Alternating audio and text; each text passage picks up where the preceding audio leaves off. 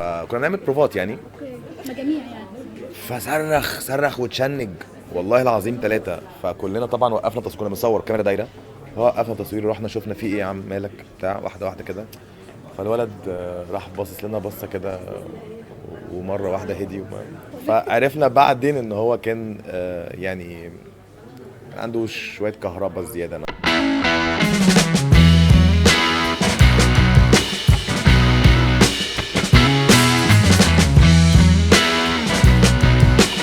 احمد خالد توفيق، هل انت قريت الروايه ولا قريت الروايه؟ قريتها.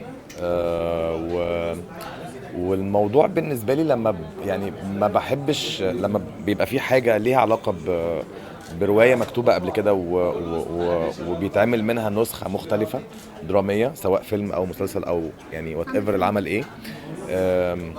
لو انا ما كنتش اعرف الروايه ما بقراهاش الا بعد ما بخلص، لو انا ما كنتش قريتها اوريدي او الاصل من الموضوع يعني. المسلسل ده جات لك كورونا وتعطلت فتره، فنوعيه والله مش المسلسل انا ده بس أصلاً. يعني لا، المسلسل شاف ظروف صعبه جدا، بس الحمد لله الحمد لله رب العالمين.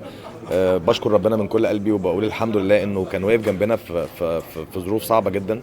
اولا خد وقت اطول من الوقت اللي المفروض كان يتصور فيه، يعني مسلسل 10 حلقات. جاهز كتابته بنسبه 90%.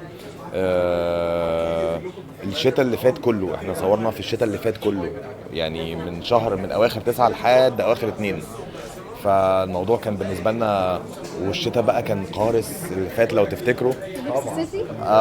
المسلسل فيه صيف وشتاء وبحر ومرسى مطروح، ويعني الموضوع كان قاسي جدا جدا في اثناء ظروف تصوير، غير طبعا تصوير المشاهد، تصوير المسلسل اللي هي تصوير مشاهد صعبه مش سهله ابدا على كافه المستويات، قدام الكاميرا وورا الكاميرا. مسلسل في اجواء رعب، هل كان في مشاهد حصل فيها عكسات او حاجه من الحاجات دي، ولا كانت الدنيا ماشيه ازاي؟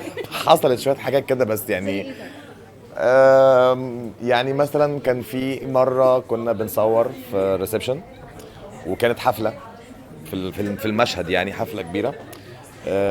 ففي حد من السادة الممثلين اللي معانا مش الرئيسيين يعني، آه، صرخ وصرخ لدرجة ان ناردين اتخضت واتوترت شويتين.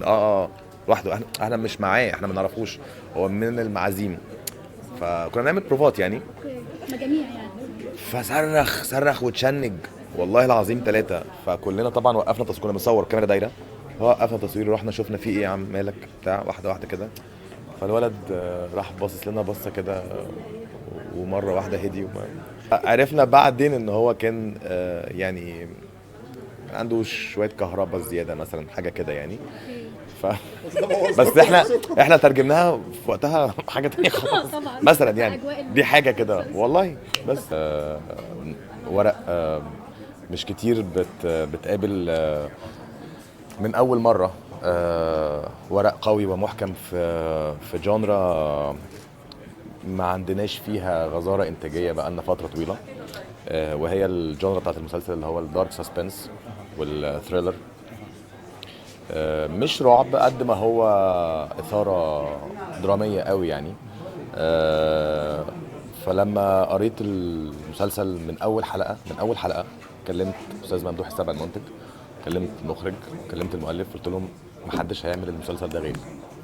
ف جدا جدا والله العظيم.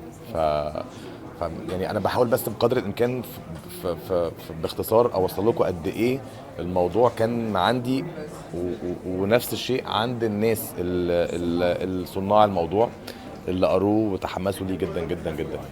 انا كنت بنام اصلا تقريبا يعني، ما كنتش بنام كتير اصلا. والله لا، الحمد لله يا عم، ليه تجيب لي كوابيس؟ هي كفايه الكوابيس اللي احنا عشناها في المسلسل في المشاهد يعني. لا طبعا انا احتفالي، لان انا اهلاوي صميم جدا جدا جدا، وده من اكتر الحاجات اللي بحس انه الواحد عنده باشن ليها يعني.